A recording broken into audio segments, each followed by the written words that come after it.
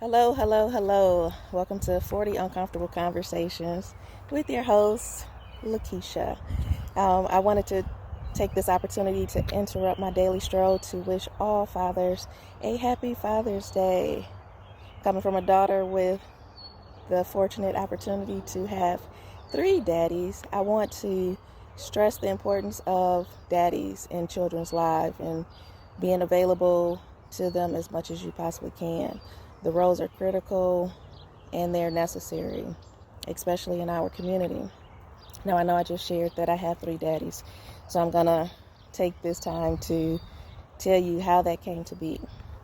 So, at the age of 5 months, Bull came into my life and has raised me faithfully all the way till now. He's been there to support me, love my children, and just always be that shoulder to cry on, that ear to listen, everything that a daddy should be. He adopted me.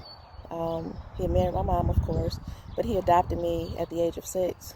My dad, little son, was close to dying, and he knew it, and he signed over his rights, and I was able to be adopted.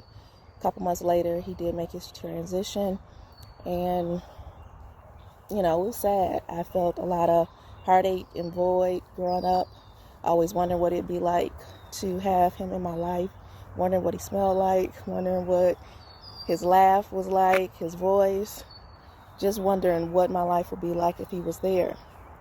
Now, although Bull has been active and been everything that a daddy should be, it just was always in my body something wanting more. And that was because I knew who my dad was, and I just couldn't shake that feeling. Can't tell you why, but it's who I am through and through. Now, over many years, over many decades, I had heard a few things that led me to question my paternity. I kind of ignored them as long as I could, but as I approached 40, I decided to walk in my truth. I had just gone through a very rough divorce, and I felt like, hey, if this is the year that I'm gonna make it through and just deal with all things that are ugly, now is the time. So I got with one of my siblings. We took a paternity test, and lo and behold, it came back that we were not related. Now that sent my world into a whirlwind, it just didn't feel good. My world was flipped upside down. I was hurt. I had nowhere to turn. I went to my mom. She shared that she was just a surprise and didn't know what information to provide because she was adamant that little son was indeed my dad. I didn't know what to do, where to turn. My support system was there as much as anyone could be. They encouraged me. They stood by my side, and they just kind of helped me to do whatever it was I needed to grieve and to, I guess, try to discover the next step. We weren't sure what that next step would look like, but I went to my mom and I'm like, if there's anybody else, I'm not here to judge. I just want answers. My time is running out. This gentleman could be on his deathbed because they're much older. I'm 40 at this time. And I just wanted to know if I had other family out there for my sake and for my children's. And for months and months and months, nothing happened. So I decided to take the ancestral test. I had long avoided those. Like I said, over the years, I had heard about the question of paternity, but I avoided the whole ancestry test because what they would do with that information. So I avoided those tests. But at this point in my life, I needed to do something and I needed answers. So I took quite a few ancestral tests, and they came back and just basically many of them told me what region I was from and things like that. But lo and behold, one test came back. It showed a connection. The connection was so high, it suggested that it was a half sibling. My heart stopped, y'all. I didn't know what to say. I didn't know what to do. I was nervous. But thankfully, that sibling had the family tree there.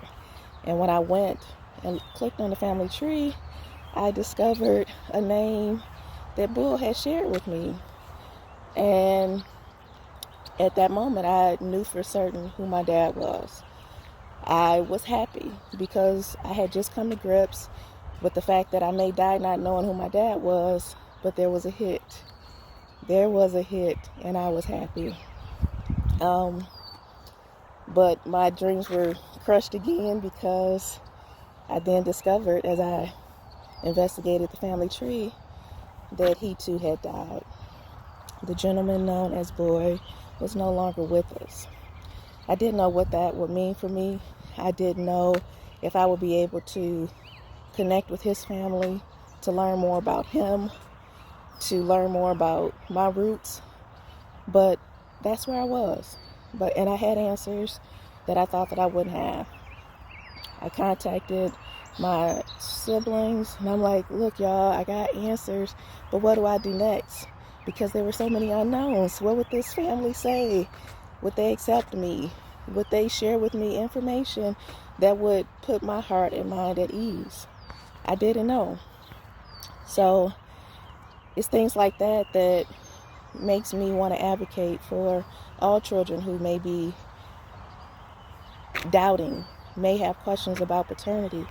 If you know that you have a child out there, if there's even doubt, take the test, because there's nothing like the unknown for that child. And your role is very important, Dad. So over the next few weeks, I'm going to just share things that are uncomfortable for me that happened along my journey. Why it happened, I don't know. But I've read many books. I've taken a number of classes. I've even gone to many counseling sessions just trying to heal and grieve through this process.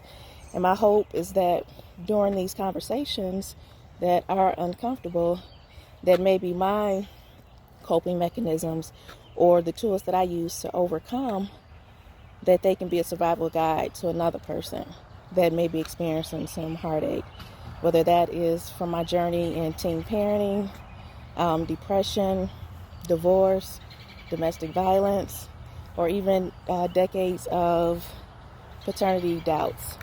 There's a lot that I want to talk about. I would like to hear your feedback, and I just want to share my story and be a blessing to others. It's my truth.